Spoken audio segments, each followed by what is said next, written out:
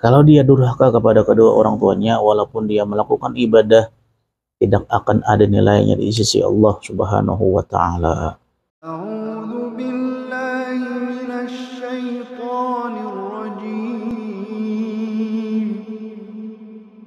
Bismillahirrahmanirrahim.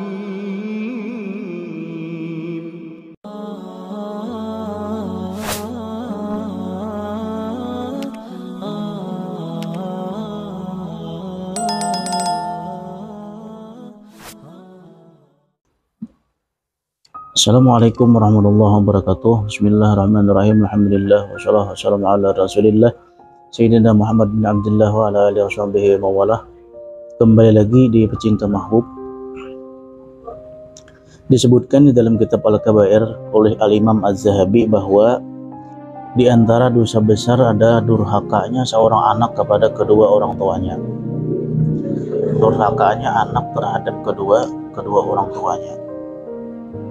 Artinya seorang anak mesti wajib dia berbakti, berbuat baik kepada kedua orang tuanya.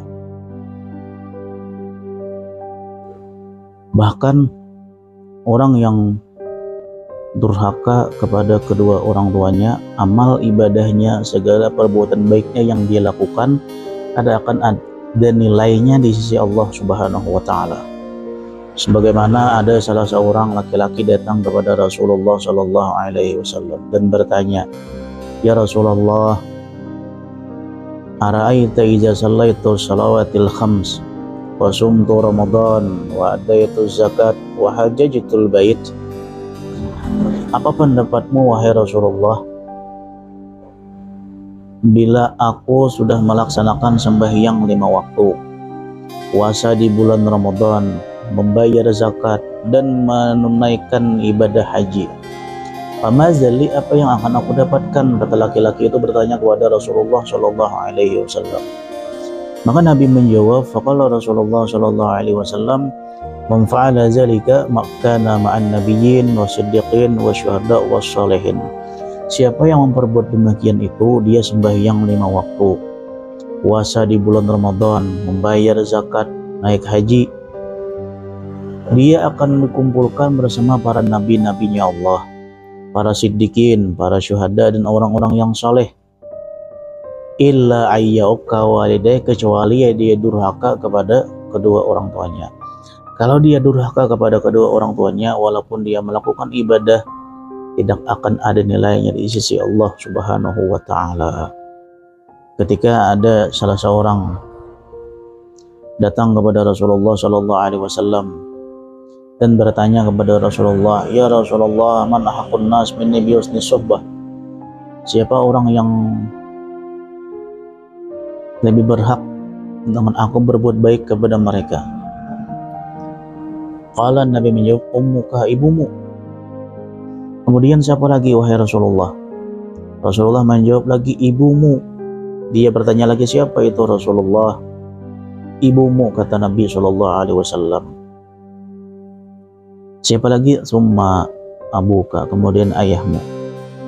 Jadi ibu lebih mendapatkan tempat untuk kita berbuat baik kepadanya 3 kali dibanding ayah kita. Para pecinta sekalian,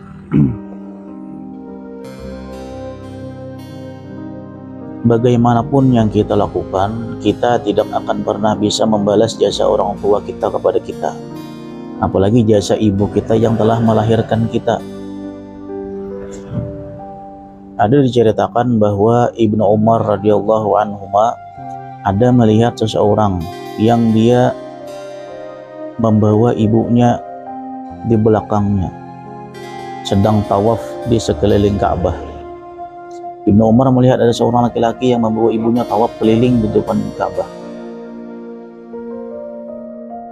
Dan laki-laki itu berkata kepada saya, Ibnu Umar, wahai Ibnu Umar, apakah aku ini telah membalas akan jasa ibuku dengan aku keliling tawaf keliling Ka'bah? Walaupun dengan 1 kali sakit,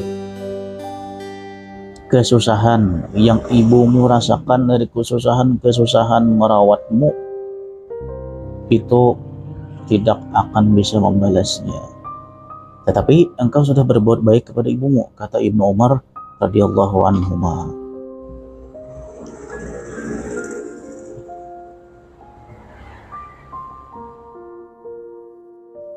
Disebutkan lagi di dalam kitab Al-Kabair itu oleh Imam Wahab bin Munabbih bahwa Allah Subhanahu wa taala berwahyu kepada Nabi Musa alaihi salam, "Ya Musa, waqir walidaik."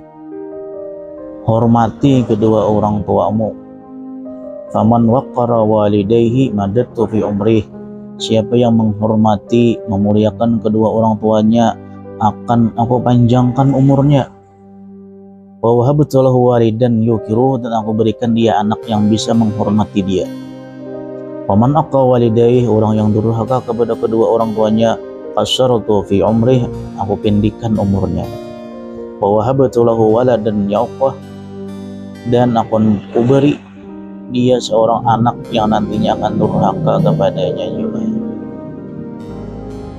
Akhirnya seorang anak yang bakti kepada orang tuanya, umurnya akan dipanjangkan oleh Allah Subhanahu wa taala. Ada kalanya umurnya benar-benar panjang, penuh dengan kebaikan, atau umurnya tidak panjang, cuma diberkahi oleh Allah Subhanahu wa taala. Ada lagi yang mengatakan itu orang yang berbakti kepada kedua orang tuanya, kenapa dia meninggal dalam usia yang pendek, umur 20 tahun meninggal, maka dipanjangkan umurnya. Andaikan dia tidak bakti kepada kedua orang tuanya, mungkin umur 15 tahun dia sudah meninggal dunia. Atau dalam umur 20 tahun dia lebih baik daripada umur orang manusia yang 70 tahun, tapi dia durhaka kepada kedua orang tuanya. Dan bahkan kita untuk sekedar menyenangkan kedua orang tua kita, itu sudah mendapat ganjaran di sisi Allah Subhanahu wa taala.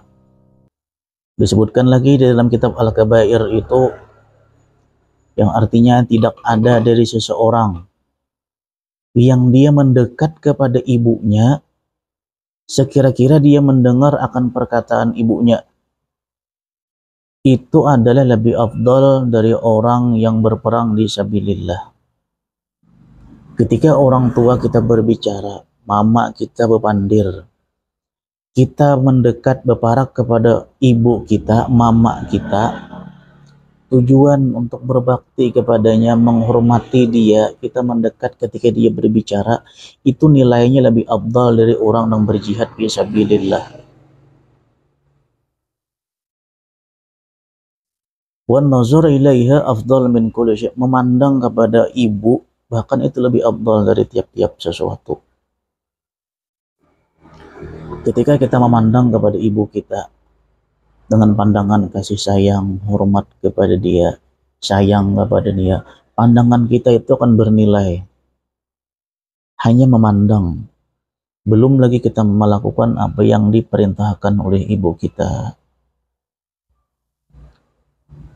Terkadang sekarang banyak anak-anak yang hanya sekedar mendekat dengan ibunya pun malas, lebih suka berbicara nyaring ketika ibunya mengiau, memanggil. Nak, jadilah ini itu, siapa ada seruan. Mulai jarak jauh dari jarak 5 meter, menyahuti mamanya. Andaikan dia berparak mendekat 1 meter sampai dekatnya kepada ibunya, itu bernilai pahala di sisi Allah Subhanahu wa taala. Jadi beruntung orang yang masih memiliki ibunya, orang tuanya, terutama ibunya. Itu adalah jalan surga bagi dia. Semoga manfaat. Assalamualaikum warahmatullahi wabarakatuh.